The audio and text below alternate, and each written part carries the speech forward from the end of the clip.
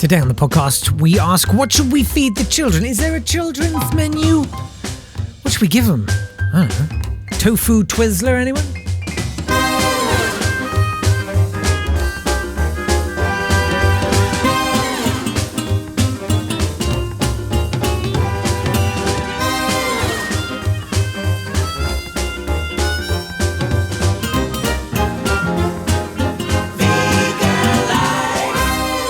And welcome to the Vegan Life podcast, the podcast that covers every aspect of vegan food, from the baby-led weaning first weeks of your veganism, trying out different textures by sucking on Oreos and Biscoff, through to the advanced adult stages of veganism, which also involves sucking on Oreos and Biscoff, but way past your bedtime.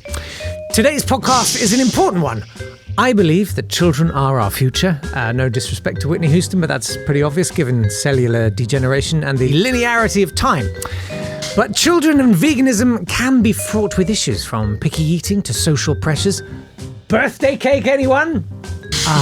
And here to help you with your child food questions, we have a stellar lineup of chefs. Let's meet them now, shall we? Tammy Fry is part of the Fry Family Foods family. I think I got that right. A dynasty that has been making some of your favourite vegan foods since 1991. And frankly, if my child turns out anything less than physically perfect, I will hold you, Tammy, directly responsible, as approximately 75% of my child is comprised of your nuggets. We just give him the box. He sucks them raw. He's always happy. They're so good. Monami Frost is the founder of Frost Burgers and Frost Shakes and Frost other things that I've forgotten now. Sorry, you can tell us what they are. But she's the reason why you should visit Liverpool and Manchester.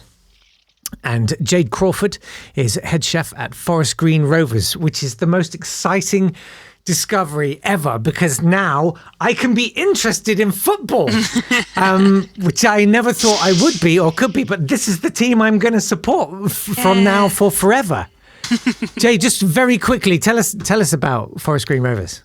So we're an all vegan football club, and completely sustainable as well, even down to like the not using chemicals on the pitch. Amazing. Obviously recycling, zero plastic, zero waste, local organic ingredients. It's been vegan for 5 years now. I've been there for 3. So Dale Vince turned it vegetarian, I think, probably about 7 years ago, and decided, because he's vegan himself, so he just decided to turn it completely vegan. And obviously you can imagine with the fans that didn't go down very well at first, but everyone seems to love it. And we get, like you say, like you're going to support Forest Green Rovers because of that, and we have vegans supporting Forest Green Rovers even if they're not really into football. They want to be a part of it because it's an amazing movement. Yeah. Do it. I don't know any of the terminology. Anyway, we've got lots of questions about children and vegan food to get through. You can email your questions on any aspect of plant-based food. It's podcast@veganlifemag.com, and we will field them to the best people to answer them in due course. But why don't we just kick off? Jamie says, my children stay with me on the weekends, and I love to try all sorts of activities that will make me the funner parent. Oh, man. Don't do that. It's fine. You're a great parent. I'm sure you're both very good. Let's just be. Anyway, my eldest is now 7, so I would love to start cooking with her more. 7's a fun age. My kid's 7. Can I have some inspiration that will take up a day in the kitchen? Monami, let's start with you.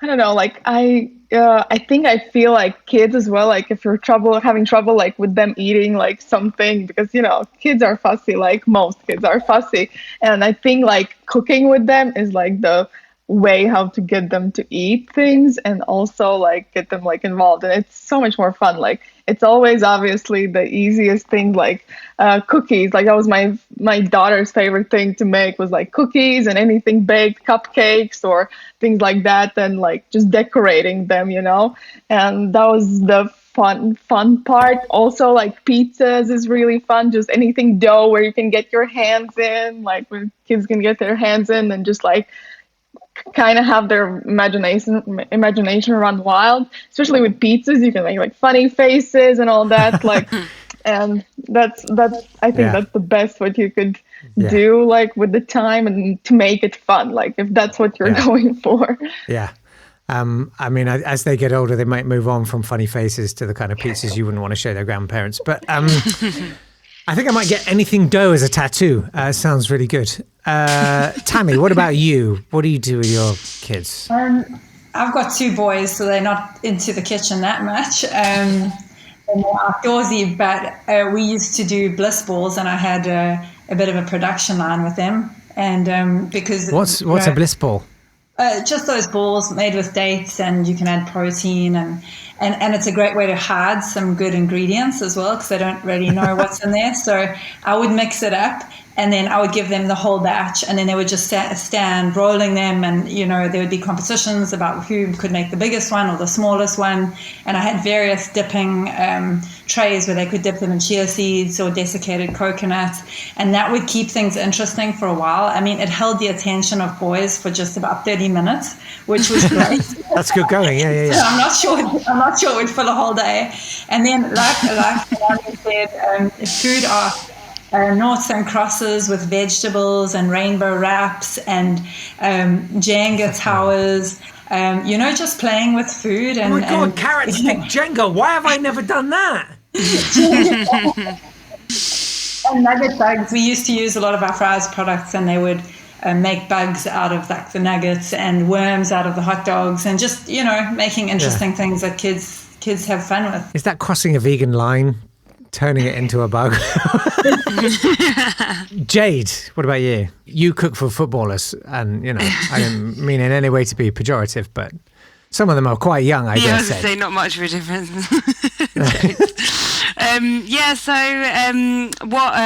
So I teach children at Forest Green, like local schools, and they come in and all different ages. One of their favourite things to do is pizza swirls. So it's just puff pastry.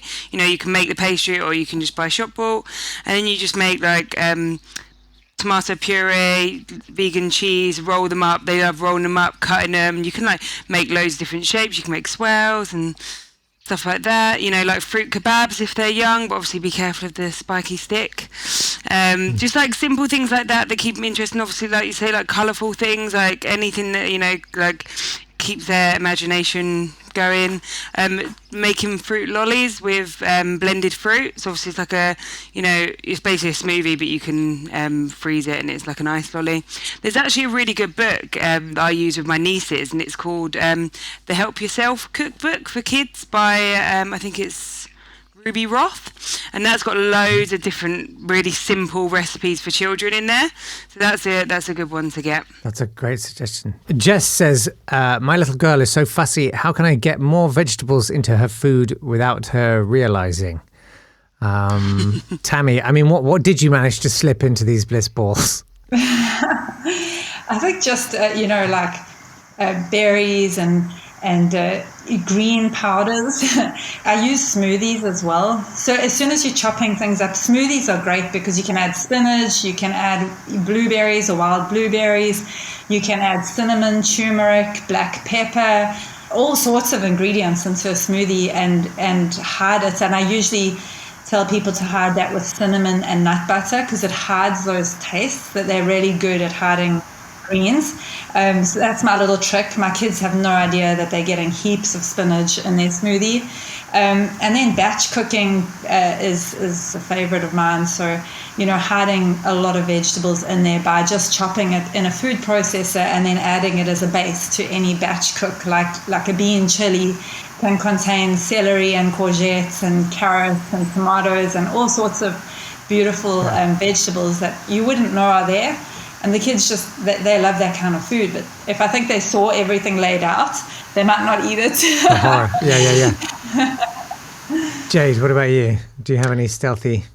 I think for children as well, it's important to teach them from really young age why we eat vegetables and to not be scared of them. Because for some reason, I think there's this. I know, like kids can be fussy regardless of what you tell them, what you teach them. But I think for some reason, like I don't know, a kid will say, no, I don't want to eat that, and the parents will sometimes be like, okay, well, they don't like that, and then that's it. Whereas you got to, obviously every child's different and every family's different, and it just depends on the kid. Like sometimes they can just be really fussy for no reason. But yeah, I think it's just important to kind of like tell them why we eat this beautiful food that's grown for us from the earth, you know. I think one of my favourites is to spiralise like courgettes or squash and like turn it into spaghetti, because then they think they're eating spaghetti, but it's actually just raw vegetables. That's a good one. Nice. Monami, what about you? I have like 2 daughters, so like the oldest one was always like really fussy, but also like I didn't know how to go about it. I was a really young mom, so like obviously like as soon as she didn't like something, and like I would like make something else because I just wanted to make sure that she ate something. But like with my second, like now she's eating way more different things because I kind of when we eat, I never pressure her to eat anything, and like we always like give her whatever we are eating. And she's trying little bits. She's not eating a lot, but she's trying everything kind of. And I think that's kind of the way how I got her to eat more things. But with the oldest one that is like kind of the fussy eater, I would juice a lot of vegetables together with pineapple, and I would call it the beauty juice, like the pineapple and all the other like greens. And also what I would do is in a porridge, like in the morning, she would like and eat the porridge. I would give her as well, like add chia seeds to the porridge, or like any flax seeds, because they would kind of like mix in together with it, and you wouldn't like be able to taste it that much, and like hide some nuts in there, like ground up nuts.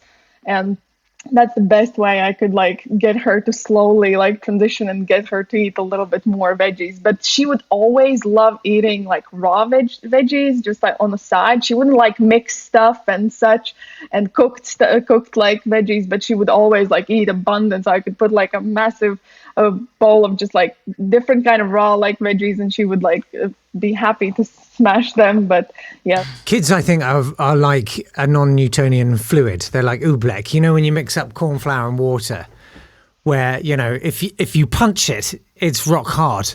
I'm not saying don't punch kids. Wait, let me come back on that. But, you know, the more pressure you put on it, the more resistance you get.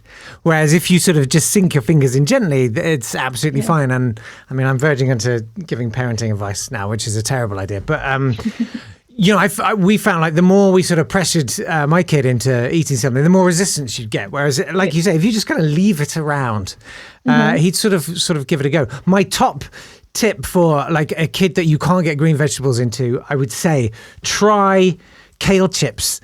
Because I think very often they don't like the kind of limp texture of some cooked vegetables. I feel like there's some probably prehistoric good reasoning for that. They just, you know, generally I found my kid he doesn't like that kind of squishiness. Like tomatoes will be the final frontier for him. But I made up this mix, which is just like a bit of soy milk, some nutritional yeast flakes, smoked paprika, garlic powder, a little bit of salt. But actually, I found you could blend up a tomato and put that in there. You could put almost anything into this coating, and maybe some herbs and stuff, whatever they like. Oh, and some cashew butter or any kind of nut butter. And it makes this thick coating, and you coat the kale leaves in that. If you've got a dehydrator, do that. If not, very low oven until they really crisp up. And I mean, he was just like, I remember him, he was like 2 and he was just like punching the air, walking around going, kale, kale, kale. I was like, aced it. Anyway, good luck, Jess. I'm sure you'll get there. Like, it happens. Don't worry. That's the other thing, isn't it? Lisa says, should I be monitoring food portions? My 2-year-old eats and eats and eats. I don't want him to go hungry, but also I don't want to give him too much food. I mean, we're verging on nutritional expert territory here, but... Jade. Yeah, it's a tricky one. Obviously, all children eat different amounts, and I can't sit here and tell her to feed her child less or more. But I think, you know, maybe just little and often healthy snacks, things that will keep him fuller for longer as well. Hunger can be mistaken for thirst sometimes as well. So getting a lot of, you know, juices or water or even milk into him. Monami, what about you? It's hard to say because, like, I've always struggled getting, like, more food into my kids because they always just just not interested in. They're just like too busy doing other things and like always having to fight over that. Tammy. Well, I've got just a house full of boys, so I can totally empathize. It's like a constant feed. But I think that our culture has become a snacking culture, and the loads of processed foods available, you know, parents are just buying bags of stuff. And all of these, pretty much almost all of them, are really full of sugar, empty calories, salty, and it just gives kids something to do. So what I try and do is, as long as they're meeting the calorie needs for the day, just really try and train them into eating 3 solid meals a day. And then those snacks in between, if it's, I actually only think 1 snack is necessary. And I've got very busy boys that do a lot of sports. 1 snack in between, which is high in fat. So like a nut snack, or even those bliss balls, which have got coconut oil and nut butter, like overnight oats with, you know, like a blue seaweed powder. So it's a blue color, and they love that, you know, and with some homemade granola over the top. So when they come home from school and they are hungry, they're eating something more sustaining before they go and do sport, and then they can last to dinner. Because we have the snacking culture, it's a little bag of cookies, it's a little bag of crisps. It doesn't go anywhere, really. It's just, you know, increasing the insulin and dropping the insulin, and they just feel like they haven't been satiated. There's no art to it. It's just getting by and trying to do the best you can as a parent. So don't judge yourself too harshly. It's a great point about oils and fats, Tammy, because it's something I've learned from previous episodes of this podcast, is that that's what triggers satiety in your mind, is when you get a kind of hit of oils and fats and stuff. Obviously, don't give them a pint of cooking oil, you know, but just something like nuts can be good for helping them to feel full.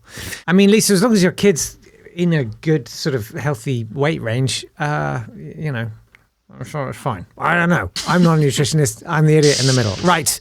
Corin says, I'm not sure if your guests will have children. But my baby boy is coming up to the weaning stage. Oh, this is fun.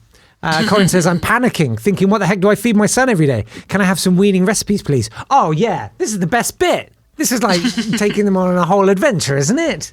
Tammy? I've breastfed pretty much exclusively to 1 year. And then when I weaned my kids, I was home making, you know, vegetable mashes, pureed vegetables.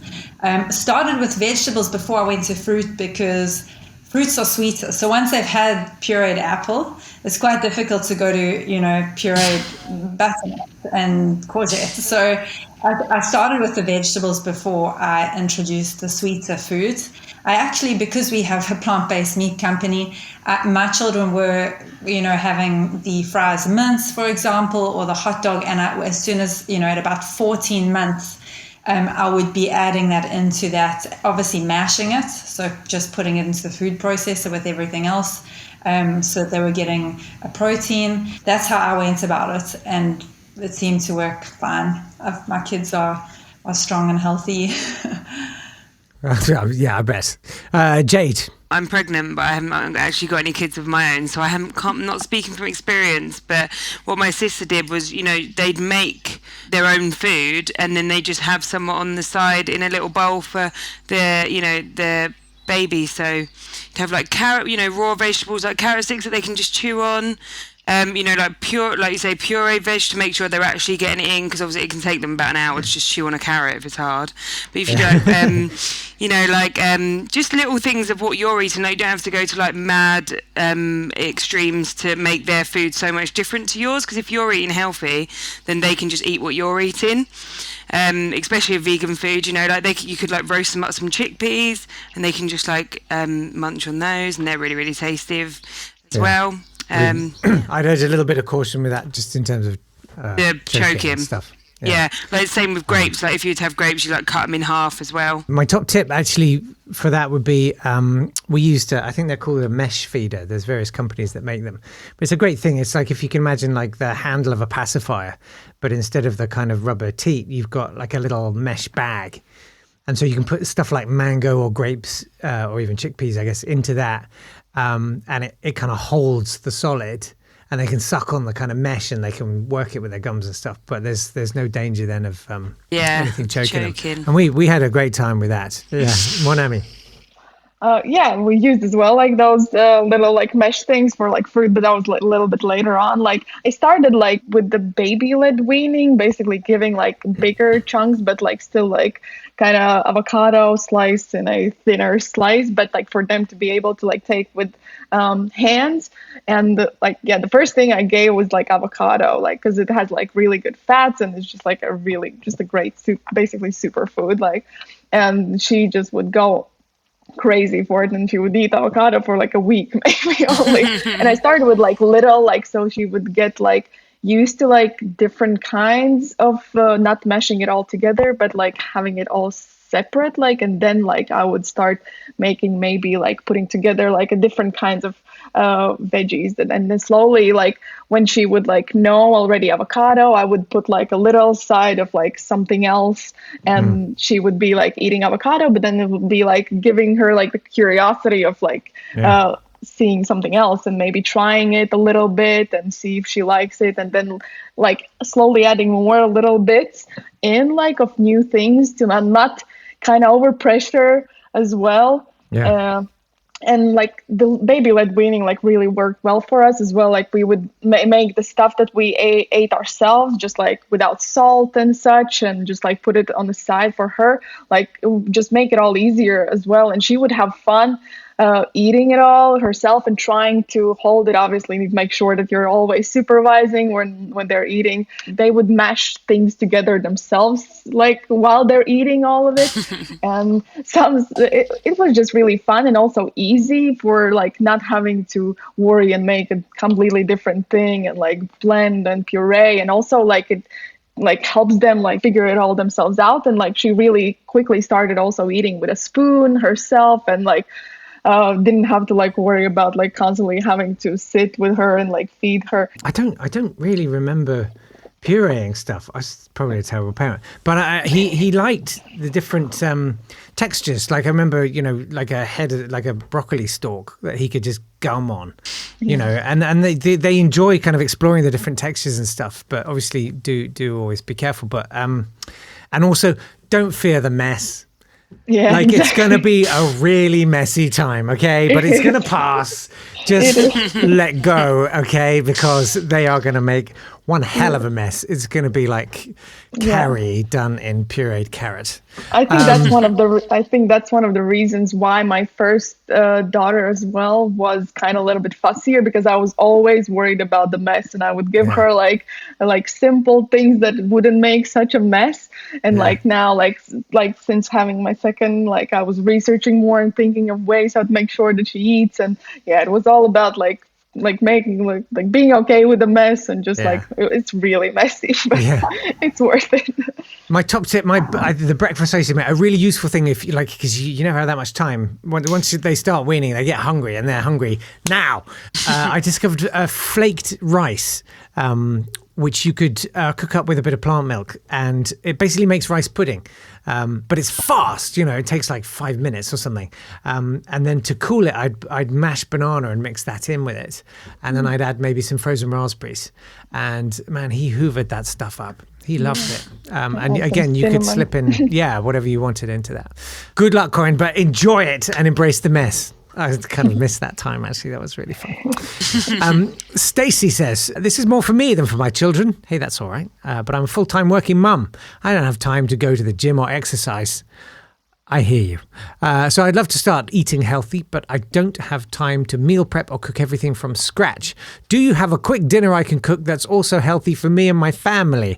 Tammy, what on earth could you possibly suggest here? If only there were some products readily available in all good supermarkets. I mean, I was actually going to suggest, I wasn't going to go down the fries route, because what? Of course I would. Give a little plug. There's two options. If you really want to be eating a whole food diet, a whole food plant-based diet, you actually have to make the time on a Sunday, and you have to start batch cooking on a Sunday. So it's something that I do every single Sunday, because I get her right. I work international time zones. It's 6:30 p.m. My kids are eating now. I didn't prep. I've been on, almost 12 hours of work calls to this point. And then my kids surf every morning. They're competitive surfers, so we're up at 4:30. So my life is very hectic. So if I didn't batch cook on a Sunday, we would not eat during the week. I have to pre-prepare everything. If it's sauces or chilies or dals, I'll make it all. And then I supplement all those meals with, a protein, a more concentrated protein, like a fries schnitzel, which can go in the toaster, like a little hack for everyone out there. What? Just put the schnitzel in the toaster, What? pop it down maybe twice, and it's super easy. And then the other thing that I love, the piece of equipment that I love in my kitchen is my air fryer, because I can do roast veggies and, throw in one of our burgers or the sausage rolls or any of the pastries and just chuck it into the air fryer, and everything can go in there as long as you check the cooking time. So, some things will take longer than others. And so, I do use it as a crutch, and that is what it is. It's not whole food, but it does make life a lot easier when you can just heat something up. And I say it's out of a packet, but fries, for example, is, if you read the ingredients list, it's one of the cleanest plant-based meats that's out there. And it's made in a very traditional process of how we used to do it in our kitchen. So there's no need to be fearful of that. It's quite a simple process. Much like you make a muffin at home, we make plant-based meat, and then, natural spices and seasonings. And so it does make your life easier. So don't worry about it if that's your crutch, and you want to get chicken strips and throw it into your batch cook, go for it. Monami. The cookbook that I launched was also like all about like super easy foods, just like that don't require anything, because that's what I do at home. Like my favorite thing is just like quickly washing all the veggies and everything. And I would just like make quick curries. Like that was my favorite thing. Like it would take maybe like even like 10-20 minutes, like just putting like anything like I have in the fridge, like I could make a curry out of that. Just adding coconut milk, adding like a curry paste, and just any veggies that I have. Now recently I got like an instant pot, like the pressure cooker, and makes it all even faster. Well, that's one of my favorites. So full of flavor because of the coconut milk and the curry paste, and it's a really good way like to do it something really fast and not having to bother and worry about like having to cook like on different pans and stuff. Is just like all in one pot basically, and like super simple. The Instapot is a really good tip. I was lucky enough to be given one as a present, and it's kind of life-changing for vegans because you can have chickpeas today. I never knew you could do that, and you literally just press a button and it will cook your chickpeas for you. And it takes, maybe an hour and a half, but you can have chickpeas today, and it literally takes the time it takes to put some chickpeas and water into a pan, and that's it.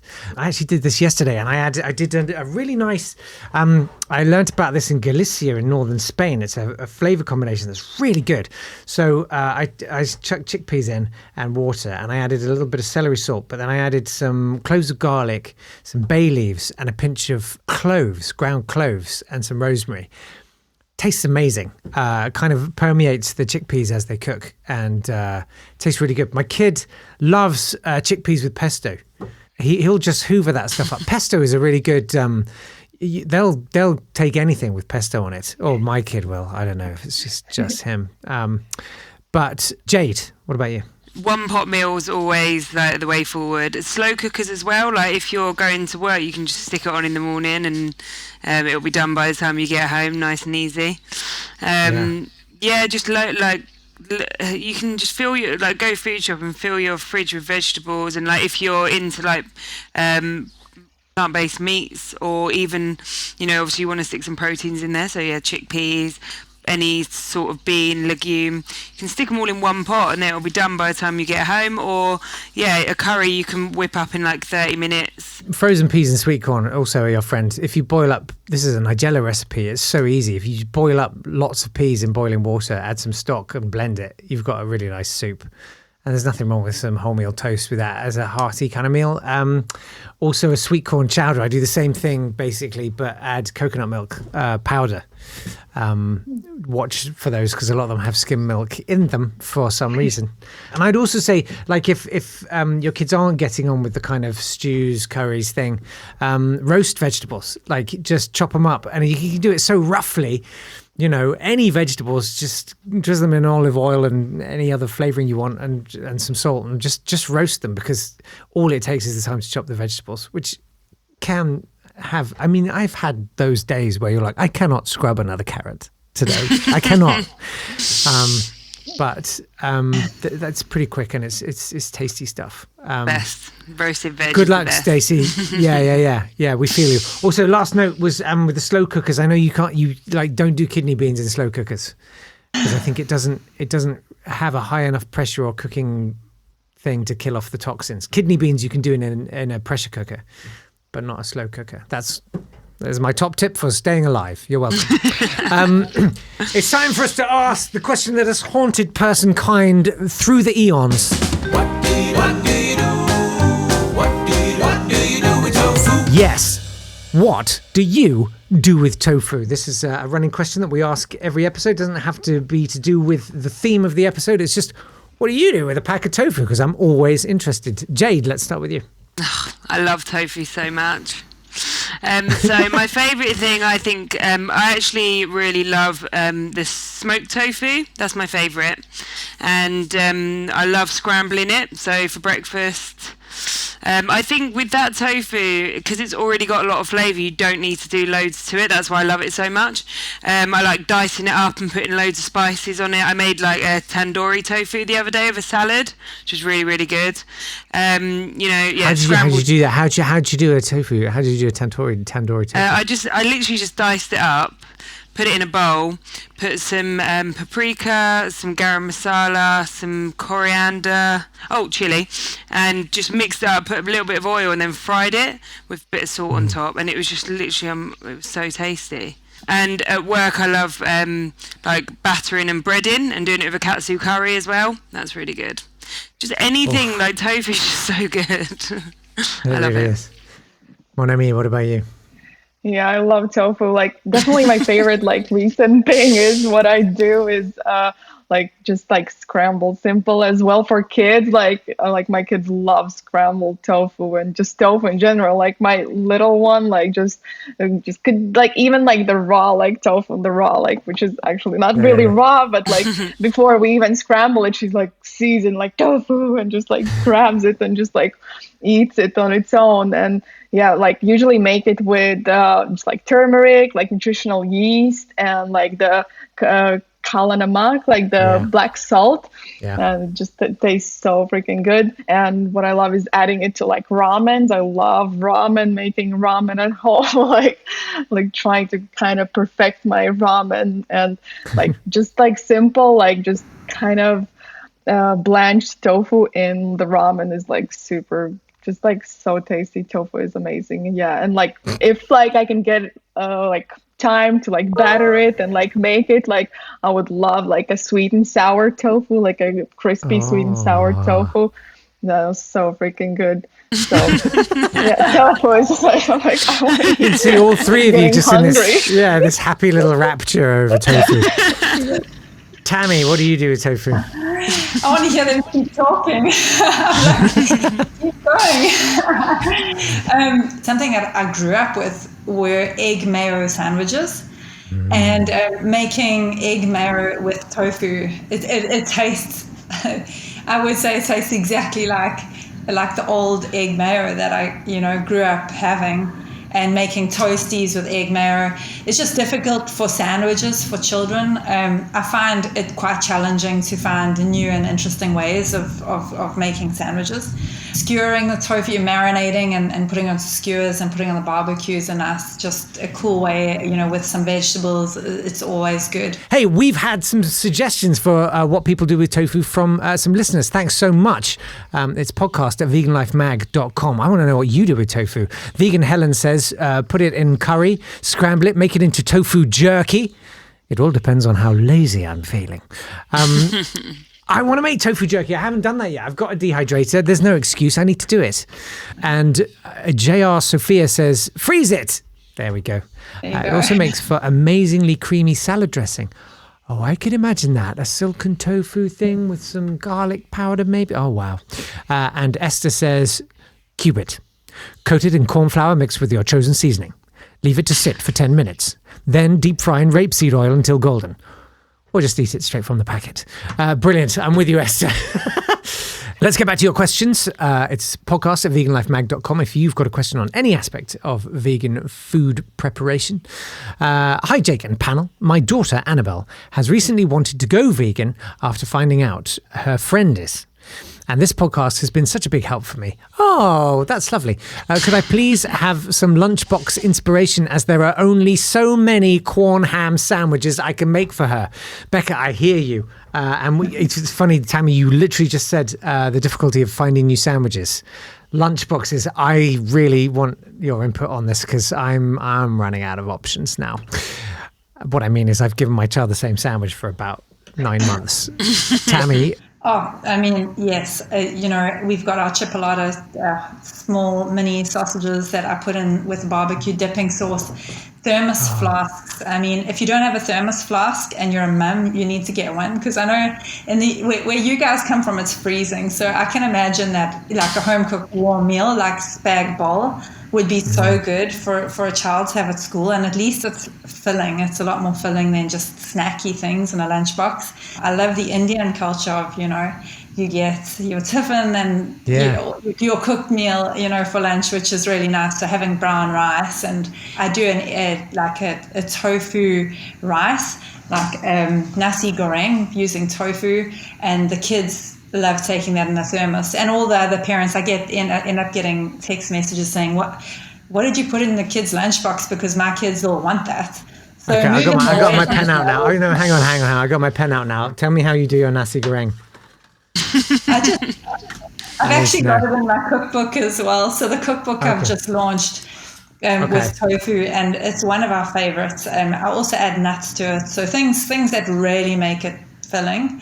Yeah, I would just a word of caution. I know that my kid's not allowed any nut-based products in his school because of allergies and stuff. Change schools. Change schools. Just find another school. Yeah. I check that before they go to the school. I'm like, do you allow nuts? And then if they say that, then I'll take my kids to that school. I don't know I got to ask quickly, Tammy, is someone moving furniture in your house, or was that thunder? I have a massive thunderstorm outside. Are you serious? Yes, that's epic. Huge thunderstorm. That's what you're hearing. The whole sounds house amazing. That's wild. Gosh, your composure is amazing. I would be going, ooh. That's wild. Whereabouts? So you're in South Africa right now, right? No, I'm not. I'm in Australia. Oh, okay. So yeah, I live in Australia, on the Sunshine Coast of Australia. Amazing. Well, not right now. Place. Not right now. Very beautiful. The Thunder Coast. Jade, any lunchbox ideas? Falafel is always a good one to stick in a sandwich. You can cut it in half, put it with hummus. I'm writing that down. Maybe some cucumber, grate some carrot, vegan cheese and cucumber. Kids always like kind of simple sandwiches. Okay, you just nailed my sandwich. Yeah. If you can as well, I'd always say try and give your children brown or wholemeal bread, from a young age, and they won't know any different. I think once they have white, it's hard to kind of change it to wholemeal, but it's just so much better for you. Obviously, bleached flour and everything in white bread. Falafel and hummus. Why didn't I think of that, Monami?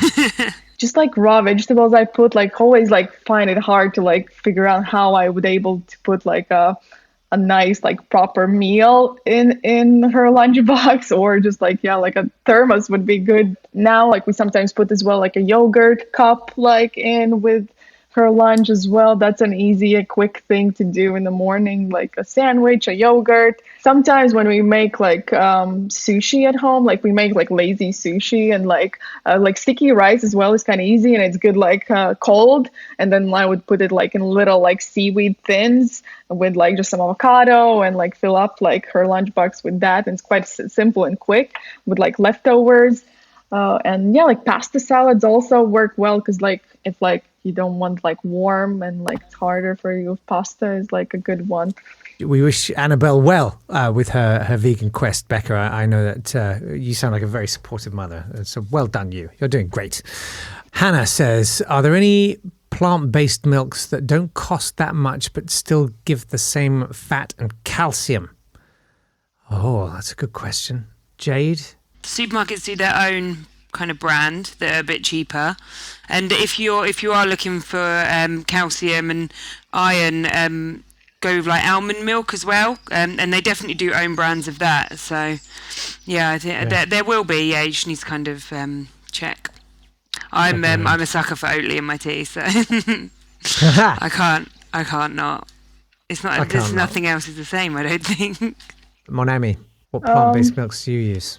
Plant-based milks, like I love Oatly, oat milk. Like I think like I used to have like and use almond milk and like I think like plant-based milks actually like I think are fortified with like a lot of things and try to like even like like the shop label like brand milks as well probably are like up to the same standard pretty much. Tammy, what plant-based milks do you use? I don't think I have the same brands as you here. I use a different oat milk that really foams very well for when you're making. I've got a little coffee machine at home. Nice. And making foamy milk.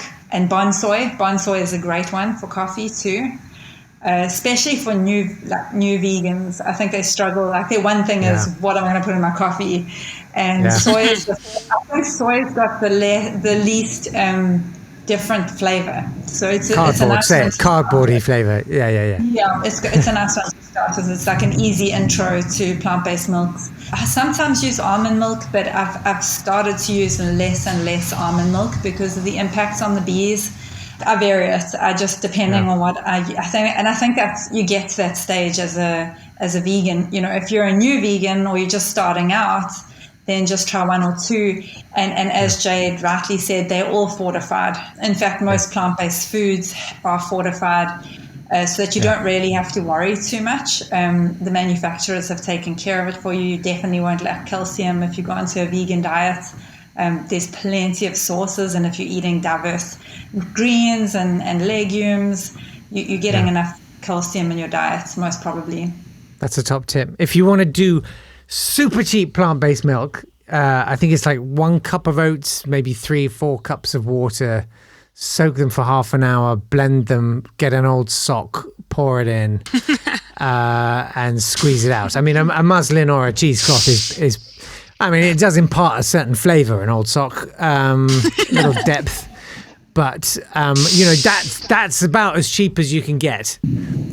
I'm not going to lie to you, it's not that delicious. You can add maybe a little bit of sweetener or something to it to kind of make it a bit more palatable. It doesn't. Even maybe a pinch of salt. I don't really do it anymore. I bought one of those machines that makes, it will make rice milk. Like you just tip a thing in it and it whizzes it and you add water and like 30 minutes later you've got soy milk or rice milk. And I just use it to grind coffee. Makes great coffee though, so there's that. Good luck, Hannah. Ria says, are kids' snacks healthy? Short answer, probably not. I give my children fruit crisps and wafer snacks and the packets say they're healthy. If they are indeed full of sugar or low in nutrients, could I please have some alternative snacks to give to my children? I don't mind making them. Well, good for you, Ria. Monami, let's start with you. Best snack, like I think quite nutrient dense and like full of protein is the classic peanut butter sandwich. Like that's like they're always happy, and like if you add banana to it, it's really good. Avocado toast, like on a toast, like a seeded bread, definitely like a toasted seeded bread is a good one as a snack. And just like veggies on its own, raw veggies, I think they're nice and crunchy. My daughter loved celery, which was like strange, but she loved celery. Even baked potato like fries, like sweet potato fries, if you make them like with different kinds of spices without any oil as well, that would be amazing. A fun one to do as well is to make your own fruit roll-ups. So you can like do it with like strawberries, and you can blend them with some lemon juice and like it flat onto a baking tray and dehydrate them for like 3 hours in the oven, or probably less time if you've got a dehydrator like yourself. And then, once they're dehydrated, you can just roll them up, and it's a fun thing to do together as well. Flapjacks, they're like really good for, they're filling you up. And rice cakes, they're good for like peanut butter with banana on top.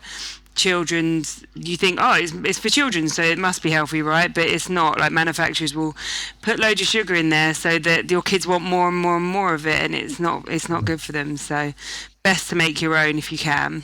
Tammy, if you're a conscious consumer, there are some healthy snacks that you can buy from the stores, but you do need to be able to read a label, and you do need to be able to understand e-numbers. A lot of people will say, I don't do e-numbers, and actually, turmeric has an e-number because it's a color. Right. So there are e-numbers that aren't necessarily bad, but they just get classified, all e-numbers are terrible. So it does need a little bit of education and understanding how are sugars labeled on the back of a pack, what are the different terms that are used to hide sugar. What type of sweeteners are used, if it's stevia or if it's an artificial sweetener. That's two very different things.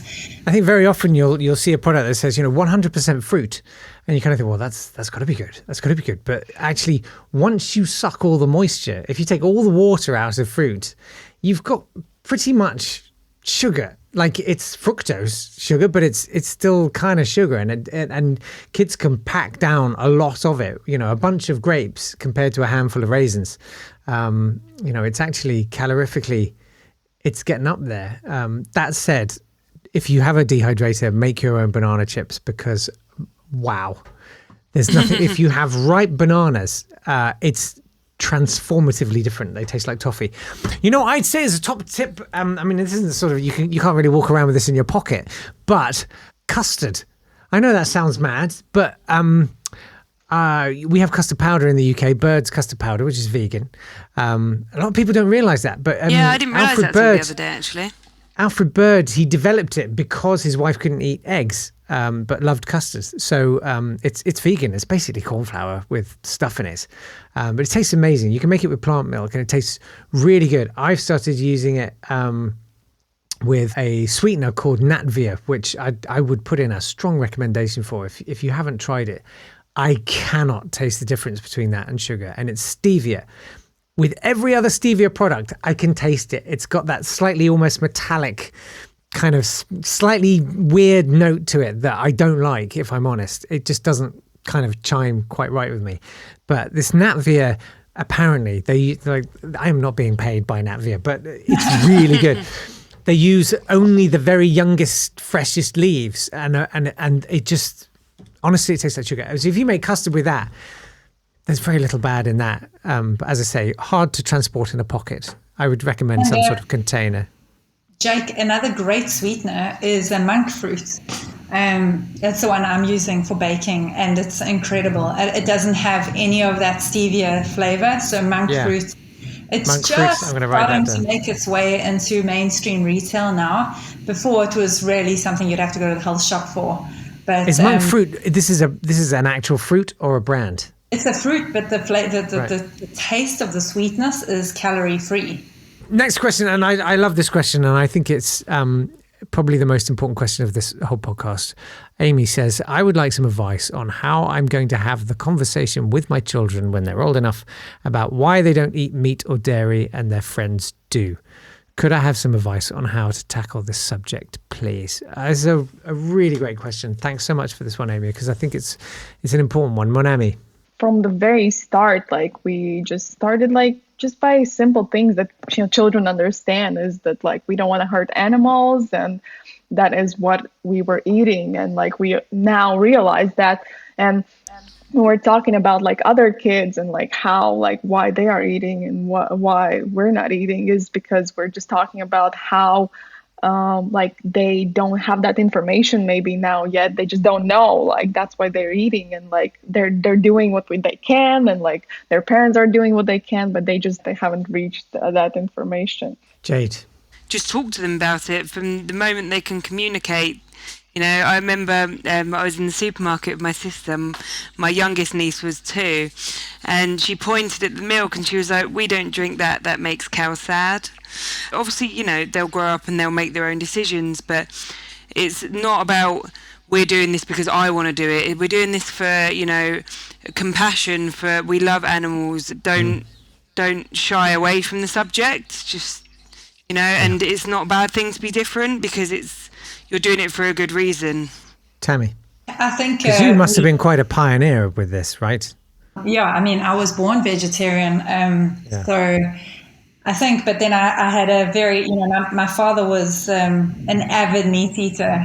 He just, he was a farmer and he was farming goats for slaughter. So I grew up on a farm around farm animals. So I made the connection earlier, and I didn't separate, a dog from a pig or a cow because I was living with them all and I loved them equally. A child doesn't know what bacon is. They don't know that comes off a pig. It's a completely changed format, and we don't give them the truth. So I think, telling them this comes from a pig, or this comes from a chicken, or this comes from a cow, children naturally steer away from that. That they can make those choices outside of the home. And they often mostly choose vegan, but in some instances I'll hear a parent say, "Oh, my kids had pizza and, I hope you don't mind, he had a slice of pizza." And in that instance, I try and see myself as an advocate for veganism. And I know that perfection is an enemy for advocacy. So then I'll say, that's no problem. I mean, we don't normally do that at home. And then I find by being a little more relaxed, people start to ask questions. But as soon as I'm prescriptive and I say no, he's not allowed that, I get judged quite harshly. You can't tell your kid what to eat, and so I find that I push people away. So it's a very fine line of control versus advocacy. And so in some instances, I let it go a little bit because I'm trying to be a good advocate, and I want people to be interested and to see that this is not black and white, and that there could be some gray area, and gray areas not completely terrible. It's at least a step in the right direction. So I think your children are not you, and as a parent you have to know that. And they might turn 18 and go and eat McDonald's, and there's actually nothing you can do about that. As long as you've set the foundation and value system, I think they'll come back around and join you later on in their life. When I had my kid, I remember sort of people looking at me slightly appraisingly and going, "So, I mean, are you gonna raise your kid vegan?" I was like, "Well, what we've decided is that we'll just raise him vegan until he's sufficiently indoctrinated into it, so that we can then say, hey, it's a free choice. What do you want to do?" But I think that's a top tip, Tammy, about raising children is a messy and imperfect business. And we had moments when he was very little where, he'd be at a birthday party and there's birthday cake and my kid wants the birthday cake, and he's going to get socially some pretty weird treatment if he's suddenly, doesn't have the birthday cake. So, we let him have the birthday cake. That was probably when he was 3. By the time he was 4, and I think this is another great point that you made, was all children by default are vegan. We give them little farm sets to play with. We show them books with cows in, and they love them. And then one day you go, "See that burger? That comes from a cow." And they're like, "Well, then I don't want the burger." And then it's more a question of the other parents than having to explain, "No, but darling, there's this thing called cognitive dissonance, and what it means is we can eat the burger, and it's fun." And that's their job, but that's a way harder job than our job, which is just like, well, you wouldn't kill that animal, so we won't eat that food. Children have a very strong sense of logic with that, and they're pretty okay with it. But you're right, I think, Amy, about what I've found difficult with my kid is I think he finds it hard to, in all honesty, respect the kids he goes to school with who aren't vegan. Like, he has a real disconnect with them of his choice, where he's like, I can sense that there's a huge reservation in him about, like, really kind of effectively trusting non-vegan kids. He finds it really hard. And I think I think maybe the lesson, the conversation is to sort of say, look, non-vegans aren't bad people. They don't, by and large, go out murdering animals. That happens for them and they don't really realize what's going on. And our job is to be utterly charming until they realize and decide to join us, which they will, all of them. Maybe something to say, if it is the case for you, is to say, well, I wasn't always vegan. I saw Jake, and it's just an interesting story. We were at soccer, and one of the other mothers is also vegan. So I've got vegan children, and she's got vegan children. Yeah. And I love her to bits. But at the end of the game, one of the parents had bought those lollies, and the lollies contain gelatin.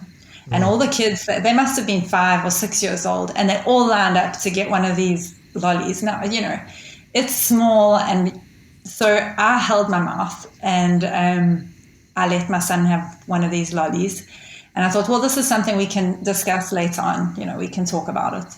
And she called her son and said, no, you are not allowed the lolly because that in front of everybody, that contains gelatin. And gelatin is crushed up cow's bones, and it's so cruel. And the parents, came back around to me and said, well, we will never be vegan if our kids can't live a normal life. So it had been so in that instance, she made that decision for herself, which is okay. It's okay to do that. But she didn't advocate for veganism. That's where I mean, it's a fine line you walk when you go into society where vegan is not the norm yet. It will become the norm. And so you've got to make these decisions, about where you want to influence. Is it just your family, or do you want to influence beyond your family? That's 100% your choice. It's a completely individual decision. But it's not a perfect science being a parent. It's very challenging. Go gently, Amy, is the answer, really. Don't judge yourself or anybody else too harshly, because it can be really, really, really tough. Right, 2 quick ones and then we'll get out of here. I'm sorry this has gone on so long. David says, can I please have some breakfast ideas for my family? Thank you, Jade. Bagels with avocado, scrambled tofu. My favourite thing ever is kale fried in a little bit of coconut oil and garlic. The flavours, I can't even, it's just so good. There's a few ideas for you. Nice. Monami? Scrambled tofu is definitely one of my go-tos. I always keep it simple so I don't need to worry and think too much in the morning when it's in a rush. Yeah. Tammy? Smoothies or just smoothie bowls, homemade granola, which is also nice for snacking, just taking some homemade granola with you. That's my go-to. I'd say don't fear cereals. My kid often requests things like pearl barley in the morning. So I boil it up with a little bit of stock and serve it with maybe some margarine and some yeast flakes on it. And it's really tasty. It's like a sort of savoury porridge, effectively. And he goes bananas for it. It's always fun to kind of ask your kid what they want for breakfast, because they come up with some amazing answers sometimes. The other day I said, what do you want for breakfast, Spike? And he said, sushi. I was like, what? You've never had sushi? You don't know? I can't make sushi in 20 minutes. We need to wrap this up. This has gone on for ages. I believe the storm has passed for you, Tammy, has it? It's well past. It's gone. Yeah, I'm so sorry to get you so long. The tropical climate here, it's like storms, and then it moves on. So. Oh, fabulous. Love it. Thank you all so much. Where should people go to find you and your stuff? Tammy, let's start with you. Me personally, probably on Instagram, Tammy Fry. And then Fries, of course, Fries Family. You'll definitely find us on Facebook, Instagram, and all the social platforms. YouTube, we've done some funny cooking videos there. Yeah. Great. Monami? Yeah, you can find me on Instagram, YouTube, TikTok, so many places. Monami Frost, and then my vegan restaurant, burger place, that Frost Burgers on Instagram, and we're in Liverpool and in Manchester now. We do frost shakes as well, so different kinds of shakes with toppings, build your own shakes that you can do something fun. And yeah, that's where can find me. And Jade. Nice. So Instagram is Jade's Green Kitchen, or my website, which is Jade's Green Kitchen, or I do have YouTube, but it's not really worth looking to post. I've probably got like 2 videos on there. But I do have recipe videos through the Forest Green YouTube, and also the Forest Green Instagram is FGR Official. Yeah, that's it. Okay. So yeah, you can find me there. Well, indeed we will. Thank you all so much. Don't forget to subscribe and share the podcast. If you could tell a friend, that would really help us out. Also, don't forget that Vegan Life magazine is available in all good shops and also online at veganlifemag.com, where you can get a little bit of a discount on the cover price. Also, there's an app because, well, we've got nothing else to do. We'll be back next week with another episode. Until then, take care of yourselves. And from me, Jake Yapp, bye-bye. This has been a Swanburst Media production.